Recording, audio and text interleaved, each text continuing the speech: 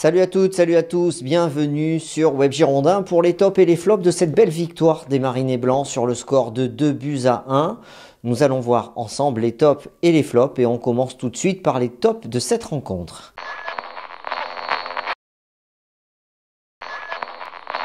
On commence par le capitaine des Girondins de Bordeaux, Laurent Koscielny.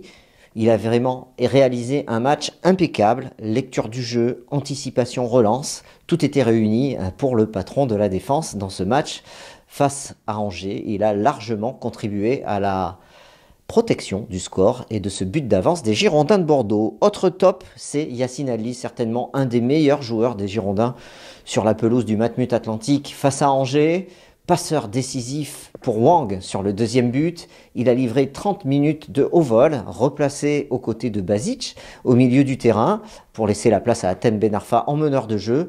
Yacine Adli a été très bon dans l'engagement, dans l'intensité. Il a un peu baissé le pied à partir de la 30e minute, mais il a tenu le jeu, il a tenu son rang tout au long du match. Un autre artisan de cette belle victoire des Marinés Blancs, c'est Rémi Oudin. Il a très bien combiné sur son côté droit avec Youssouf Sabaly notamment, Hatem Ben Arfa et Yacine Adli, sans oublier Wang à la pointe de l'attaque, aussi bien offensivement que défensivement. Il a tenu le match et il a mis de l'intensité dans toutes ses actions. Rémi Oudin démontre qu'il est régulier depuis plusieurs matchs et Bordeaux en profite.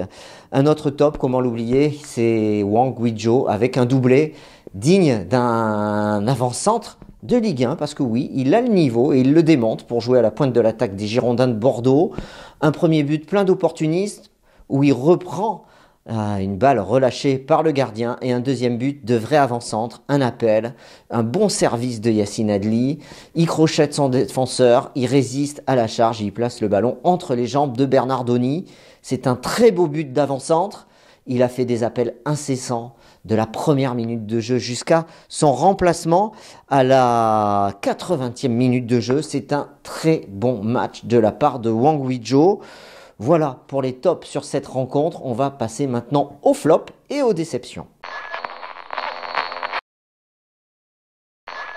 C'est un habitué de cette rubrique, c'est Thomas Basic.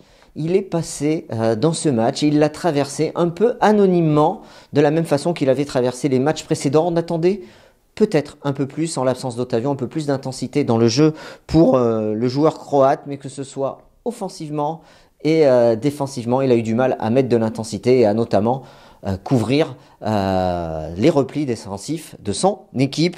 Une autre déception dans ce match, c'est Kalou.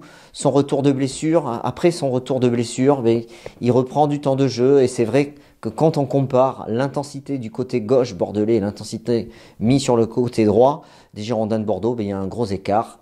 Et la performance de Samuel Kalou a été un peu en demi-teinte aussi sur ce match. Il ne s'est pas véritablement créé d'occasion. Et défensivement, parfois, il a laissé un peu Loris Benito à l'abandon. Un petit mot, voilà, c'est terminé pour les flops. Un petit mot pour ce jeune entrant, Tom Lacou, qui a réalisé une belle entrée en jeu. On pouvait craindre pour ses débuts qu'il soit un peu impressionné.